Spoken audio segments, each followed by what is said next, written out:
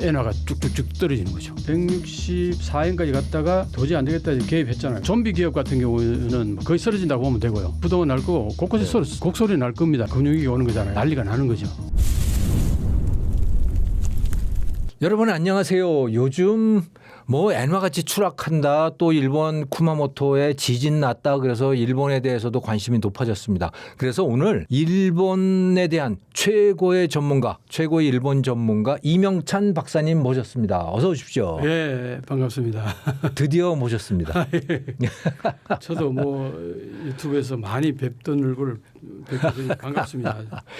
유튜브에서 한일 역전 TV 하고 계시죠? 예. 네. 그리고 일본 게이오대에서 박사학위 받으셨고요. 예. 전공은 어떤 쪽으로 하셨어요? 법학연구과에서 국제정치학을 공부를 했고요. 그러셨군요. 네. 미일 안보조약 쪽으로 주로 했었고. 그러셨군요. 예. 그리고 계속해서 일본에 대해서 이제 공부하고 계시고 또 방송하고 계시고 그러시죠. 한 몇 년 전에 일본 경제에 대해서 좀 많이 공부를 했었죠. 그러시군요. 반도체에 빠져가지고 반도체에 공부를 하다 보니까 너무 재밌어서 그쪽을 하다 보니까 일본 경제에 대해서 자연스럽게 그러시군요. 흥미를 느끼고. 네, 저도 유노가미 다카시 글을 읽으면서 많이 배웠는데. 그렇죠. 네, 그분 글을 많이 봤습니다. 네네. 엄청나게. 굉장히 전문가더라고요. 정말 글도 잘 쓰고요. 네. 그건 확실하게 화끈하게 쓰니까 글을요. 네. 일본 사람 같지가 않아요. 그러니까. 맞아요. 일본 사람들은 좀 조심조심하는 게 있는데 그분은 그냥 아주 직설적이더라고요. 완전 직설적으로 그냥 비판할 거면 그냥 비판해버리고. 네. 국회에 가가지고도 완전히 국회의원들 그냥 바로 비판하고 그냥. 그렇습니까? 예. 일본 사람 같지 않네요. TSMC가 일본에 올 일은 절대 없을 거라고 얘기했었어요. 그런데 쿠마모토에 갔잖아요. 와가지고 완전히 이제 일본 댓글이 죽어라 그런 소리도 댓글도 달고 그렇다는. 일본 사람들 아주 험악하잖아요, 댓글들. 그렇군요. 댓글 험악해요? 아이고, 한국에 대해서 혐한들 댓글들 보면 얼마나 험악한데요. 근데 말은 조심조심 하는데? 그러니까요. 그러니까 이제 댓글 소위 말하는 SNS만 가면 이상한 소리들 그렇게 많이 해요. 그렇군요. 얼굴이 안 보이면 그러는군요. 그러니까요. 그래서 이제 일본 사람들은 혼내와 다떼마이가 다르다는 얘기를 하잖아요. 댓글에는 혼내가 나오는군요. 혼내가 나오는 거죠. 처음 들었습니다. 저는 그거 일본 사람 댓글을 저는 본 적이 없으니까. 그런가요? 그렇군요. 다떼마에는 사람을 보고 얘기를 하니까 좋은 모습을 보여야겠죠. 그러니까 공식적인 얼굴. 네, 그러니까 이제 공식적인 이제 모습을 보여주는 거고 말도 그렇고. 근데 속으로는 딴 생각하는 경우들 그걸 혼내라 그러잖아요. 근데 댓글에서 다떼마에로 얘기할 필요가 없잖아요. 그렇군요. 혼내가 막 쏟아져 나오는 거죠. 거기에서는 한국, 대만에 대해서 험한 말들이 많은 모양이군요. 대만에 대해서는 험한 말 별로 없어요. 중국과 한국에 대해서. 중국과 한국에 대해서. 옛날에는 엄청났죠. 제가 그래서 한일 역전이라는 책을 쓰게 된 겁니다. 그렇군요. 그때 일본의 혐한은 거의 똘똘 뭉쳐서 혐한했던 것 같아요. 전 국민이. 그렇군요. 나 그거 보고서 완전히 정남이 떨어졌어요. 일본에 대해서.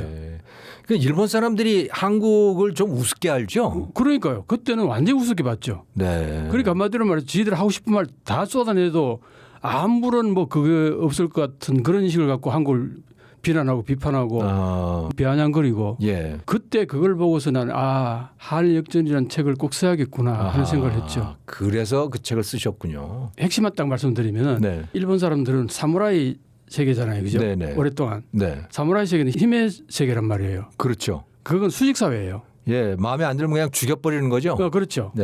과거에는 그랬잖아요. 지금은 죽이지는 못하니까. 이제 한마디로 그게 파워 힘으로 가지고 누르는 경우 있잖아요. 그걸 갑질이라고 그러죠. 근데 그게 이제 국민 사이에서는 힘 있는 사람이 힘 없는 사람에게 갑질을 하고 힘 없는 사람은 을지를 하고 그게 그런 대로 그게 받아들여져 가지고 질서가 유지가 돼요. 일본 사회에서는. 그러니까 이제 힘 있는 사람이 파워질하는 거는 당연하다는 식의 그런 어떤 사회 문화가 있단 말이죠. 근데 국제사회에서의 질서도 일본 사람도 그렇게 본다는 거예요. 그렇습니까? 그 마인드가 어디 가겠어요? 사물을 바라보는 시각이 이 수직 사회를 바라본 시각 그대로 그 마인드가 철학이 그렇게 그러니까 힘없는 국가라든가 힘없는 민족에 대해서는 깔보고 아래를 보고 갑질하는 게 그게 문제인데 그러니까 한국에 대해서 너희들이 옛날에 식민지 당한 건 너희들이 힘없어 그런 거지 그걸 가지고 왜 자꾸 얘기하냐 딱 그 논리예요 우익들 얘기는 그렇군요. 힘이 없어서 당신들이 당해놓고 왜 자꾸 얘기하냐 이 얘기예요. 그러니까 힘에 놀린 거예요. 그런 속마음이 있는 거고 그게 있죠. 겉으로 표출이 되는 거군요. 네, 그래서 그게 2019년도 그 소재 세계 품목을 규제를 할 때에 딱 그 마인드였어요. 이것들이 말이지 우리 거 없으면 너희들 반도체 못해. 이것들이 아무것도 아닌 것들이 까불고 있어 뭐 거의 그런 수준이었죠. 그래가지고 그걸 규제를 한 거 아니에요. 네네. 나는 그걸 보고서 표출된 거는 세계 소재지만 그 밑에 흐르는 그 강줄기는 혐한으로 똘똘 뭉쳐 있었어요. 대부분의 국민들이. 그래서 야 내가 그때 생각한 게 뭐냐면은 당신들이 힘 있고 잘하고 능력 있고 뛰어나서 그렇게 할 때는 어느 정도 인정을 해줬다 나는. 근데 요즘은 전혀 그럴 처지가 아닌 것 같은데. 당신들이 그럴 처지가 아니야 하는 얘기를 내가 한 거예요. 당신들이 힘도 없으면서 무슨 쓸데없는 소리하고 앉았냐. 근데 그 얘기를 했던 거예요. 그때 하는 역전은. 그걸 우리 국민들도 아시라고. 우리 국민들도 보면은 50대 60대 장로연청 분들은 그때마다 2021년 1월 달에 책을 냈는데 그때마다 여전히 일본이 우리보다 한참 위라고 생각을 하는 거예요. 근데 내가 볼 때는 그게 아니라는 거죠. 그래서 이 부분을 명확히 여론을 환기시켜 가지고 있는 그대로를 알아야 우리가 주장할 건 강력하게 주장할 수 있어야 될 거 아니겠어요. 그렇죠. 근데 그때 어떻습니까? 그 보수 우익 그 언론들은 괜히 그 문재인 그 당시 정부에 대해서 힘도 없으면서 일본을 자극해 가지고 이제 나라를 망하게 만들었다. 그런 분위기였잖아요. 그게 아니었다고요. 저는 그때 아베가 그럴 때 아베 땡큐라고 그랬어요. 아베가 그렇게 수출 규제를 해주면은 우리 반도체 소위 말해서 부품 중소기업들 그 관련되는 중소기업들이 살아난다. 나는 그런 생각이었어요. 우리가 이제 스스로 자급하기 위해서 노력을 하니까 대기업 입장에서는 지금까지 일본하고 잘 관계를 해왔기 때문에 굳이 한국의 중소기업들이 만드는 거에 대해서 거기에 대해서 지금까지 잘 되는 걸 굳이 바꿀 이유가 없는 거예요. 그냥 일본제 사다가 쓰면 되는 거고. 쓰면 되는데. 그리고 그걸 바꾸려면은 라인 다 바꾸고 여러 가지 그 부대 비용이 많이 들잖아요. 그리고 성공할 가능성도 확실한 것도 아닌데다가 굳이 그래야 될 이유를 못 찾는 거예요. 근데 저쪽에서 수출 안 하겠다 그러면은 어떡합니까? 한국 제품이라도 써야 될 거 아니에요. 그럼 이걸 빨리 개발할 거 아니에요. 그리고 그게 이제 국가하고 대기업하고 중소기업들을 격려해주고 거기서 개발해서 우리가 채용하게 되면은 이걸 극복할 수 있는 거죠. 이게 이 메커니즘이라는 건 옛날에 우리가 65년대 한일 국교 정상화 때 그때에 우리가 뭐 5억 달러 뭐 어쩌고 저쩌고 했죠. 그게 물품과 용역을 받았잖아요. 돈을 받은 게 아니라. 그랬군요. 그때 그게 소위 말해서 그런 어떤 이 형성들이 소재 부품 장비들이 한국에 들어오는 게 루트가 이미 그때 포맷이 다 깔려버린 거예요. 그렇죠. 다 일본식 산업을 들여온 거죠. 그렇죠. 우리가. 그러니까 그걸 아베가 끊어주니까 얼마나 고마웠겠어요. 저는. 그래서 아베 땡큐라고 하죠. 그래서 이제 우리나라에도 소부장 그 소재 산업들이 제법 생겨난 거죠. 이제. 그렇죠. 한국에도. 가능하더라는 이거죠. 해보니까. 그거는 중소기업도 가능하다는 얘기를 할 수 있었지만 대기업도 우리 중소기업의 실력이 만만치 않네.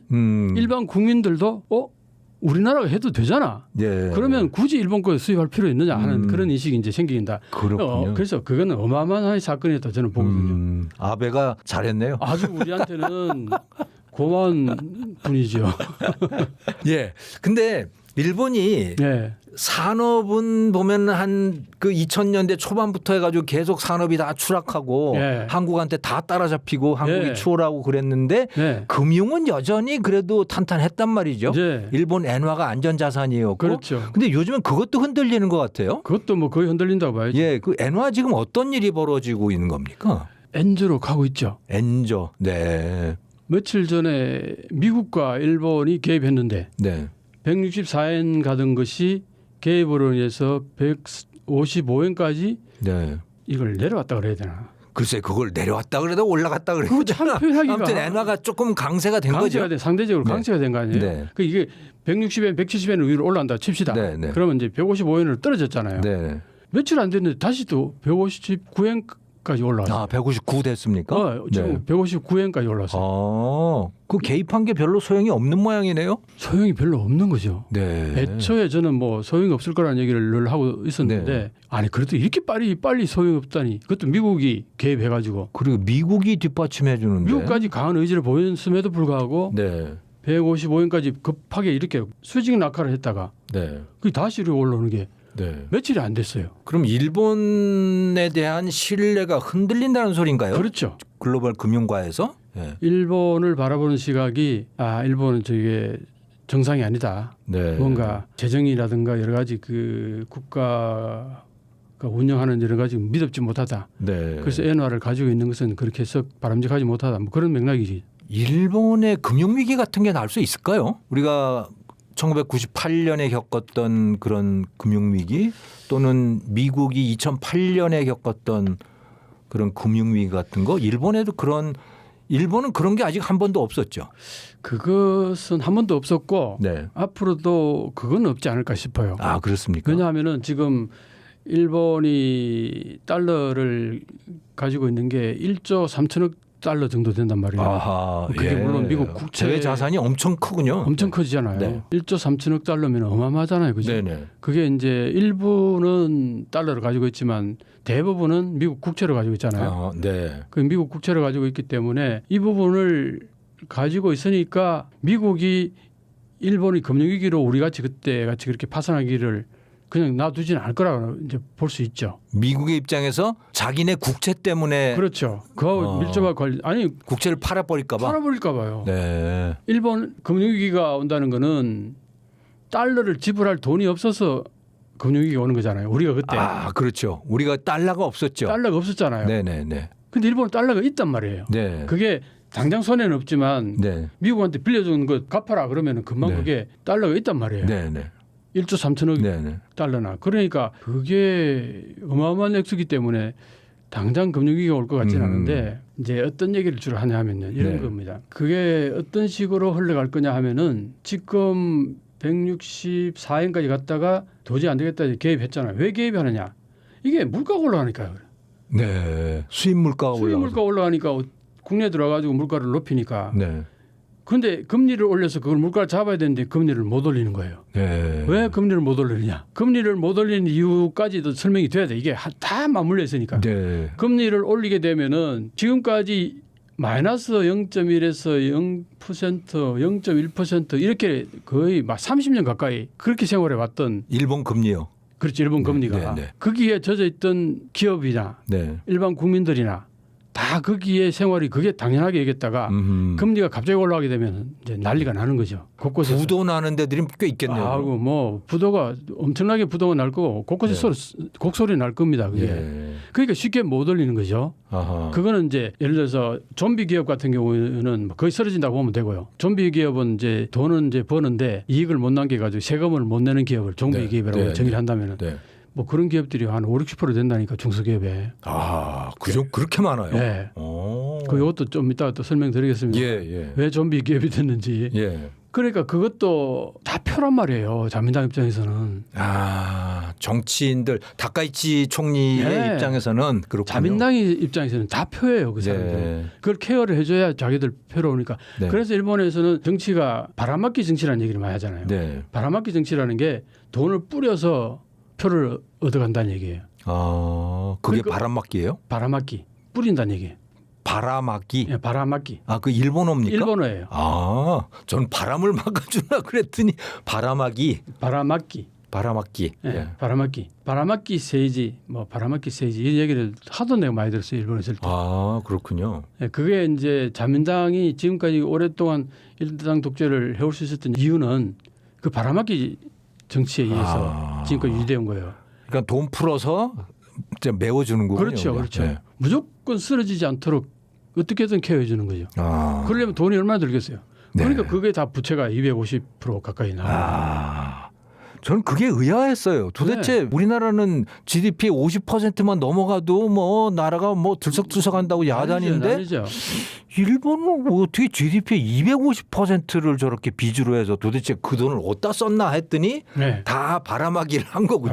바라막기. 그게 특히 아베 정권 때 그게 이제 심했죠. 네. 그 막 국채를 마구 찍어냈으니까요. 그래서 이제 지금까지는 쭉 케어를 잘 해왔는데 네. 이제 금리가 올라가게 되면은 제일 먼저 쓰러질 게 이 좀비 기업들이 쓰러질 거고. 네네. 그 다음에 일반 국민들 대부분이 보면은 직장 다니는 사람들이 뭐 거의 은행에서 돈을 빌려다가 자기 집을 지었거나 그렇습니까? 그런 사람들이 빚이 많아요. 많아요? 빚이 많죠. 왜냐하면은 금리가 거의 없으니까 하긴 그냥 은행에서 뭐 그냥 갖다 써도 되겠네요. 그냥 그럼요. 금리 없으니까. 아니 월세가 훨씬 더 비싸거든요. 네. 월세는 꼬박꼬박 매달 돈을 내야 되는데 그 은행에서 빌려다가 집을 지어놓으면은 네. 이자가 별로 안 나가잖아요.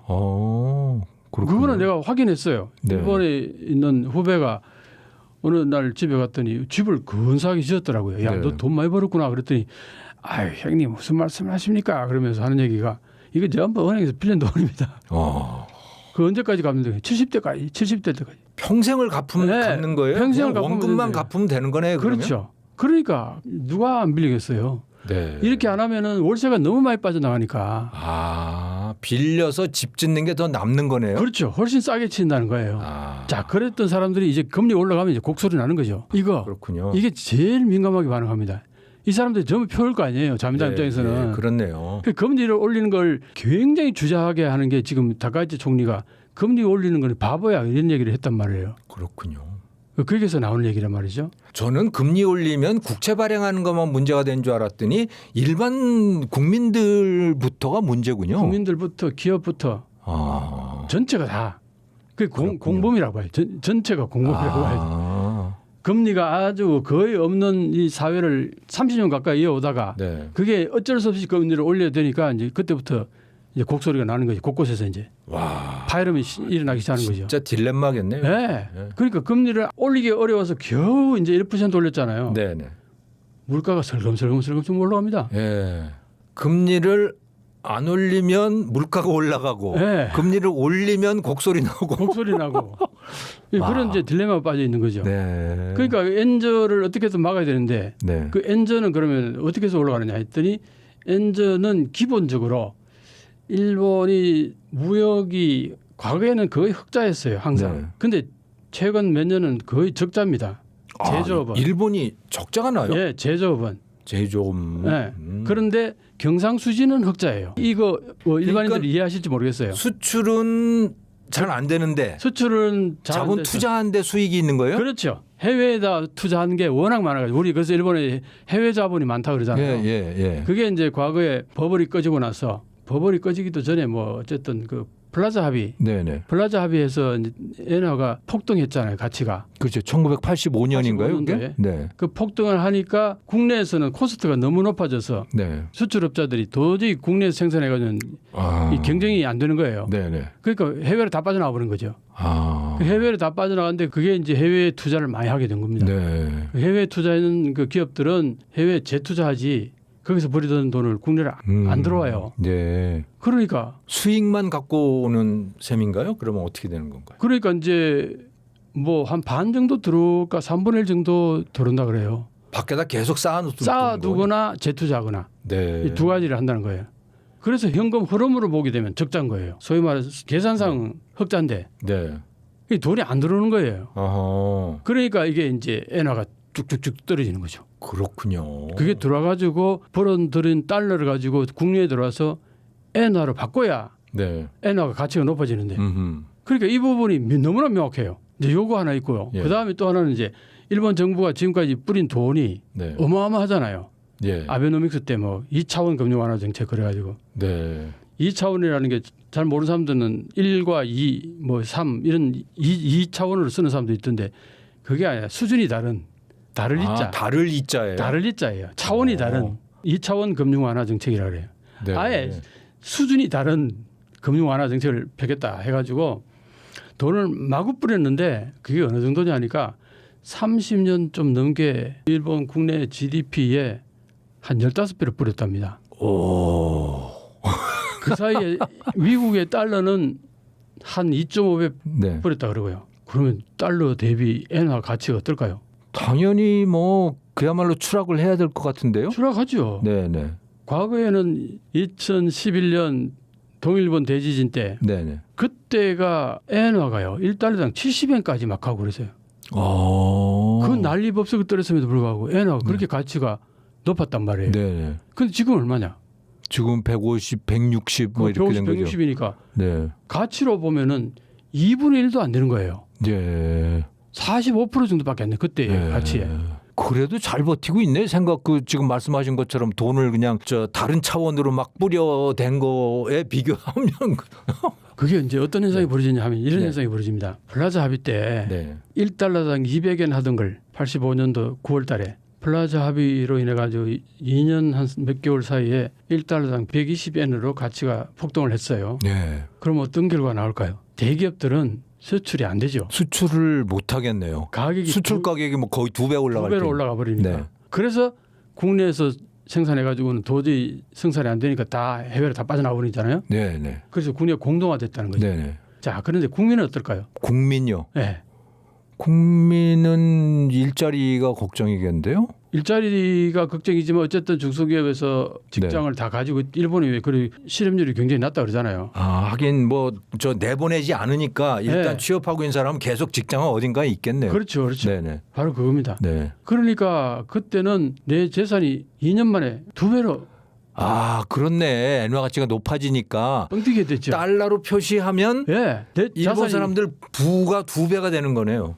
1억이 넘는 인구가 네. 순식간에 2년 사이에 2배로 뛰었다 한번 생각해 보세요. 그 돈이 어떨까요? 아, 재산이 뭐 2배가 된 거네. 네, 너도 2배, 너도 2배, 나도 2배, 쟤도 2배. 네. 전부 다 동시에 다 올라버린 거예요. 그러니까 그걸 가지고 해외 여행 막 그냥 엄청나게 돌아다닐 수 있고 그 돈이 이제 그렇게 많이 생기면 제일 먼저 뭘 주로 할까요? 거기다가 이제 그렇게 오르다 보니까 대기업들이 힘들어하고 기업들이 힘들어하니까 네. 정부가 금리를 팍 낮춰주잖아요. 네. 힘들어하니까요. 네, 네. 그러니까 이제 그 다음부터는 이제 돈을 싸게 빌려다가 네. 부동산 막 사기 시작하는 거예요. 아. 주식 막 사기 시작하는 거죠. 그러니까 이렇게 거의 막 70도 각도로 올라갑니다. 이게. 그게 이제 버블인 거죠. 거품 경제. 거품으로 올라가는 거죠. 네. 그러다가 이게 거품으로 올라가는데 다 좋았는데 뭐냐면은 갑자기 정부 입장에서 이거 큰일 났다 싶으니까 급브레이크를 밟아버린 거예요. 아하. 고속도로를 또 금리 막 달리다가 올렸습니까? 금리를 6%까지 올라갔어요. 아. 지난번에 미국이 어떻습니까? 그 0. 몇 %였다가 5.5%까지 올라갔죠. 네네. 짧은 기간 네. 동안에. 예. 일본이 거의 그런 정도로 아. 그 0. 몇 % 하다가 그 6%까지 올라왔어요. 아, 일본이 금리를 높였던 그렇게 높은 때가 있었군요. 예, 그때 그랬어요. 그것만 있었나요?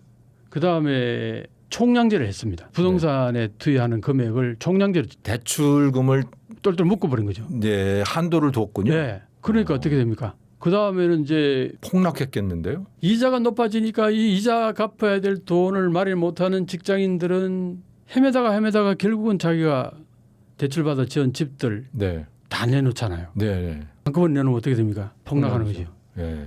그렇게 된 겁니다. 그게 거품 붕괴 네. 현상이군요. 그래가지고 팔아도 3분의 1, 융자 받은 금액의 3분의 1도 안 되니까 거기서 난리가 났던 거죠. 아. 그럼 은행들 어떻게 될까요? 은행들도 뭐 줄도산이죠. 예. 줄도산 했습니까? 했어요. 그래서 20 몇 개 했던 은행이 내가 그때 보니까 한 3개 정도로 총폐합할 때 곡소리 납디다. 20 몇 개가 3개로 예, 통합됐어요. 아, 정리할 건 그랬군요. 다 정리돼 버리고 막 그냥 다 넘어갈 건 다 넘어가 버리고 그럼 어마어마했죠. 일본에서도 금융위기가 있었군요. 그러니까. 그걸 보고 이제 그것을 금융위기라고 볼 수도 있겠죠. 네. 그런데 어쨌든 뭐 외화가 부족해가지고 IMF에서 뭐 어떻게 한 건 아니니까. 국가 차원의 국가 부도는 아닌데 그렇죠. 예, 일반 자체 소비자들은 그런 게 꽤 예, 있었군요. 국가 자체 내에서 네. 은행들이 이제 부도가 난 거죠. 예, 그런 맥락에서. 그러니까 이제 그거는 우리가 그때 IMF 당한 거는 네. 달러로 지불해야 되는 게 있는데 우리가 달러가 없으니까 부도가 난 거잖아요. 네, 네. 그러니까 이제 IMF의 돈을 달러를 빌려다가 우리가 그걸 해야 되니까 달러에 IMF에 뭐 요구를 그렇죠. 하는 대로 다 들어줘야 되고 이런 상황이었잖아요. 네. 근데 일본은 그게 아니라 그 달러가 아니잖아요. 네. 빌려주고 했던 것들이 전부 다 엔화로 다 했던 것들이니까 달러하고는 관계 없는 거죠. 네. 그러니까 이제 일본은 뭐 그때 나 그때 보면서 은행 그 대표가 막 인터뷰하면서 눈물을 펑펑 흘리면서 막 스미마셍 하고 막 그러는 거 나 처음 봤어요. 그랬군요. 네, 그런 일들이 벌어졌으니까 그 뒤에 어땠을 것 같아요. 기업들이요. 심장이 완전히 쪼그라든 거예요. 막 퍽퍽 쓰러지고 하니까 쓰러지지 않는 것만 가지고도 대단한 그 하나의 성공으로 보는 거예요. 굉장히 소극적으로 완전히 보수적으로 바뀌는 거예요. 네. 그 이후로 거의 임금을 안 올려주고 그 대신 자르진 않는다. 네. 이게 이제 형성이 되는 거죠. 뭐 그렇게 형성되어 그게 몇 년 가다가 그게 조정이 좀 돼서 되는데 그게 그렇게 서로가 편하니까 그냥 30년까지 와버린 거예요. 참 일본 사회는 참 그 이해하기 힘든 측면들이 있어요. 그냥 저도 처음에는 힘들었는데 공부하면 할수록 정말 어떻게 이런 일이 있었지. 내가 유학할 때는 정말 삐까번쩍했거든 일본이. 예. 와 그때는 몰랐죠. 나는 그때는 경제 공부한 게 아니었으니까 국제 정치 공부를 했으니까. 근데 그 이후에 일본 경제를 공부하면 할수록 그때 이런 일들이 있었구나. 그렇군요. 그럼 지금은 일본 그 중앙은행이 금리를 올릴 수도 없고 안 올릴 수도 없고 그런 상황이고 그들이 보유하고 있는 미국 국채를 팔 수도 없고 안 팔 수도 없고 하는 상황인데 이런 상태가 계속 갈까요? 자, 응거주춤한 상태에서 유일하게 하나의 움직임은 나올 겁니다. 엔드로 계속 갈 거예요. 엔저는 확실하다. 네. 지금 벌써 가잖아요. 그렇게 미국하고 베센트 재무장관이 강하게 어필하면서 강력한 메시지도 띄워보냈다 그런 얘기 들었는데 그 정도면은 나는 좀 머물 줄 알았어요. 근데 오늘 보니까 바로 159엔까지 올라왔더라고요. 그러게요. 그럼 164엔에서 개입해가지고 155엔까지 팍 거의 10엔 가까이 급락했잖아요, 그죠? 그랬던 게 며칠 사이에 한 일주일 좀 더 된 열흘 됐나? 이게 바로 그냥 159엔까지 갔으니까 거의 반까지 다시 오른 거 아니에요. 그럼 일본은 지금 물가가 조금씩 오르고 있는 거죠. 그렇죠. 앞으로 계속 오른다는 소리네요. 왜 올라갈 가능성이 상당히 높아요. 왜? 엔화가 떨어지면 떨어질수록 거기에다가 지금 전쟁이 계속 일어나고 하니까 에너지가 가격이 높고 하면 그게 전부 가격으로 이전될 거 아니에요. 그렇군요. 거기다가요. 지금까지 일본 기업들이 물가를 올리는 거에 대해서 굉장히 꺼려했어요. 기업들 자체가. 자기의 출고 가격을 안 올렸다는 안 올려. 웬간하면 자기가 희생을 하고 왜 그러냐 하니까 조금 올리잖아요. 1엔 가지고도 일본 국민들은 저 기업은 악덕 기업이야 이러면. 그 당시 안 올라갈 때 물건 안 올라갈 때는 도덕적으로 나쁜 걸로 도덕적으로 쟤들은 문제가 있어 이렇게 낙인 찍어버리고 그 물건 안 사 이렇게 돼버린 거예요. 그러니까 이 30년 가까이 일본 기업들은 가격을 낮추는 기업이 아주 좋은 기업이었던 거예요. 일본 국민들한테. 그렇군요. 그게 이제 더 이상 버티지 못하겠다고 이제 한계가 왔다고 이구동성으로 얘기하는 거예요. 그러니까 슬금슬금 올리기 시작해서 지금 막 그냥 폭발적으로 올리기 시작하는 거예요. 전부 다. 서로 올리니까 뭐 서로 그러니까 저 특별히 낙인 찍힐 일도 없겠군요. 제가 그걸 상징하는 그림을 하나 보여줄까요? 그림이 있어요? 아니에요. 그늘목에 빨간불이 있어요. 거기에 거느려고 한 50명 정도의 일본인들이 딱 기다립니다. 근데 어떤 한 친구가 엄청 바빴는지 한 후다닥 건너며요. 그러면 옆에 있는 사람이 실컷 눈치 보다가 후다닥 건너잖아요. 그러면 다 따라 건너버려요. 그런 걸 나는 자주 봤습니다. 내가 이 얘기 하잖아요. 정말 그래요? 네. 그건 뭘 말하냐 하면은 일본 사회는 절대적인 가치를 지키는 것보다는 눈치를 보는 거예요. 저는 지금 가상의 사례를 말씀하시는 줄 알았더니 실제로 그런 겁니다. 횡단보도에서 그러니까 신호등이 있는 데서 그런 일이 벌어진다고요? 빨간불에서? 일본 사람들이 신호를 지키는 거는 당연히 의례에 지켜야 되니까 지킨다는 건 맞는데 그러니까 누군가가 한 사람이 바빠서 특별한 일이 있어서 건너야겠죠. 그럼 이 사람이 건너게 되면은 그걸 따라가면은 비난을 덜 받는 거예요. 그럼 자기도 바쁜데 나도 바빴는데 이런 사람도 슬금슬금 건너잖아요. 그러면은 기다릴 거 없이 쭉 다 건너버려요. 그런 일들을 나는 여러 번 봤는데 이 얘기를 내가 한번 했더니 그 밑에 댓글에 일본에서 사는 사람들이 특히 이제 한국인들이라든가 뭐 제일교포라든가 이런 사람들이 이 박사님 정확히 지적했다고. 한국인 같으면 누가 건너가면 건너가는 거고 저 사람이 바빠서 건너가나 보다. 그냥 뭐 나머지 있는 사람은 그냥 있고 나는 빨간불이니까 지켜야 되니까 지키는 거예요. 나는 내 방식대로 한다. 그렇죠. 이거는 가치니까 가치를 지키는 건데 일본 사람들은 가치보다는 옳고 그름이 이거보다는 남들이 하면 그러니까 눈치 보는 게 그걸 구기오 요목을 해요. 공기를 잃는다 얘기예요. 공기를 읽는다. 예, 공기를 읽는다. 그러니까 튀지 않는다 이게. 이게 그러니까 남들이 하면 나도 그냥 따라해도 되는 거구나. 잘못된 거라도. 처음에 누군가가 그걸 해가지고 크게 비난을 안 받고 용기 있게 하면은 그 사람을 따라가게 되면은 나는 따라가는 거지 내가 처음에 한 게 아니기 때문에 네. 크게 비난을 안 받아요. 어허. 그래 그냥 쑥 넘어가는 겁니다. 그렇군요.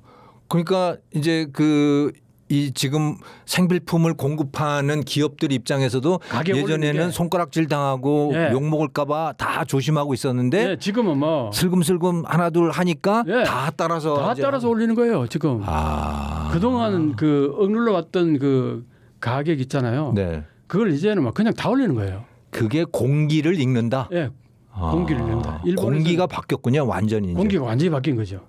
그렇군요. 그게 공기가 완전히 바뀐 게 일본에서는 늘 물건 값을 올리지 않는다. 그 디프레이션 네. 그 마인드 자체가 디프레이션 마인드였다가 지금은 인플레이션 마인드로 사회 전체가 바뀌고 있다. 예. 커다란 흐름이 바뀌고 있는 거죠. 근데 월급은 그렇게 따라오르지 않을 거 아닙니까? 못 따라 올리죠. 그 사람들 살기 굉장히 힘들어지겠는데요. 예, 결론은 그렇습니다. 결론은 그거예요. 그러니까 예. 지금 이제 엔화가 싸지면은 대기업들은 살판나죠. 그럼 수출은 잘 되겠네요. 수출은 잘 될 뿐만 아니라 수출 가격 경쟁력도 있을 뿐만 아니라 네. 과거에는 1달러 벌어 들어오면은 1달러당 105엔, 110엔이었는데 이제는 160엔이잖아요. 그렇죠. 엔화로 바꾸면 엔화로 다 바꾸는 네. 거잖아요. 네. 그러니까 기업 입장에서는 그냥 환율 차로 30% 수익 더 올라가게 되는 거죠. 그렇군요. 그래가지고 저기 한때 작년인가 그 유니클로 있죠. 네네. 유니클로에서 임금을 40% 올려줬어요. 그래요? 엄청나죠? 뭐 수익이 갑자기 늘었습니까? 아니요. 뭐예요? 일본 유니클로가요? 아니면 한국에 있는 유니클로가요? 전체가 다요. 네. 유니클로는 전 세계에 다 퍼져 있잖아요. 네네. 그러니까 유니클로 사장이 뭐 어떤 마인드냐 하니까 네. 이 사람은 어느 정도 그 국가 시책에 따르는 것도 그것도 좋겠다 싶기도 하고 너무 그 소위 말하는 짠돌이라 그러나 뭐라 그래야 되나? 네. 우리말로 네. 구두쇠? 구두쇠. 네. 구두쇠 같은 기업들하고는 좀 다르다는 모습을 보여주고 싶었던 것 같아요. 네. 그리고 돈을 또 잘 버잖아요. 유니클로가. 예. 그러니까 40% 올려줬는데 그게 뭐냐 하면은 네. 달러로 줘야 되잖아요. 전 세계에 다 있는 직원들. 예. 달러로 주면요. 지금까지 주던 거하고 똑같아. 거기서 조금 더 올린 것밖에 안 돼요. 그런데 엔화로는 엔화로 바꾸면은 국내에 있는 사람들은 40% 올라가는 거예요. 그렇군요. 아니 외부에는 달러로 이렇게 이만큼 주는데 국내에는 그것보다 적게 주면 형평이 안 맞잖아요. 그렇겠네요. 그러니까 한국 법인 뭐 이런데 그 외국에 있는 법인들의 달러 기준으로 해서 조금 올려줬는데 그게 일본 기준으로 하면 굉장히 많이 올라간 셈이에요. 그렇죠. 바로 그 얘기입니다. 네. 그러니까 이게 유니클로 입장에서는 굉장히 양심적으로 그 임금을 올려준 겁니다. 그게. 네. 외부에서 달러로 막 벌려 들어가지고 달러로 그렇게 벌여 들어가지고 국내에 들어오면은 막 30-40% 이익을 남기면서 대기업들은 그러잖아요. 그게 네. 겨우 5% 조금 올려준단 말이에요. 네. 그럼 자기들 35%를 그냥 먹는 거 아니에요. 네. 이게 부도덕하다고 본 거죠. 유니클로는. 근데 내수 기업들은 굉장히 어렵겠네요. 내수 기업들은 되게 어렵죠. 네. 그렇군요. 아니 뭐 수요가 있어야죠. 뭐 팔리죠.